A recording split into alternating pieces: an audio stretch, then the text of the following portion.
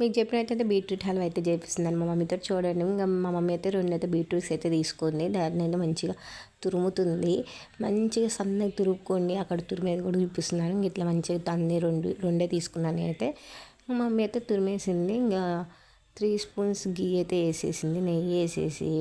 ఇంకా దాంట్లో అవి అంతా కొంచెం మెల్ట్ అయిపోయాక మంచిగా అంతా పేర్చుకుంది అదంతా బీట్రూట్ని. చూడండి ఎంత మంచిగా వస్తుందో. నాకు చాలా ఇష్టం అండి. నాకు ఉత్తి బీట్రూట్ తినాలంటే చాలా విరక్తి వేస్తుంది. చాలామంది బీట్రూట్లు, క్యారెట్లు అంటే అస్సలు ఇష్టం ఉండవు.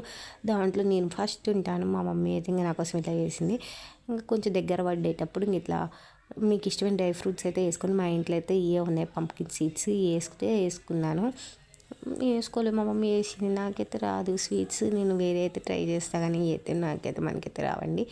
అందుకే నేనైతే ఇది కూడా నాకు పనికొస్తుంది కదండి. నెక్స్ట్ టైం నేను ట్రై చేయాలనుకున్నప్పుడైతే ఈ వీడియో చూసేసి నేను చేసుకుంటాను. ఒక స్పూన్ అయితే చక్కెర వేసింది, కానీ నాకు కోల్డ్ చేసిందని అయితే కొంచెమే వేసింది. మీకు కావాలంటే కొంచెం వేసుకోవచ్చు స్వీట్నెస్ కోసం.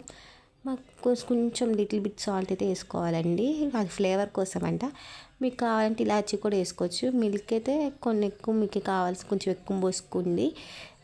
ఎంత పాలు పోసుకుంటే అంత టేస్ట్ ఉంటుంది. ఒక గ్లాస్ అయితే, చిన్న గ్లాస్ ఒకటైతే సరిపోతుంది. ఇప్పుడు మా మమ్మీ పోసింది కదా, మీకు అర్థమైపోతుంది ఈజీగా కొలతలు. ఇంకా అదంతా దగ్గర పోయేదాకా మిక్స్ చేస్తూనే ఉండాలి. ఇంక ఇట్లా దగ్గరకు వస్తుంది అంతా మిక్స్ అయ్యి. ఇంకేం లేదు, ఇంకా మీ హల్వా అయితే రెడీ అయిపోయింది. టేస్ట్ అయితే సూపర్గా ఉంది. మీరు ట్రై చేయండి. బాయ్.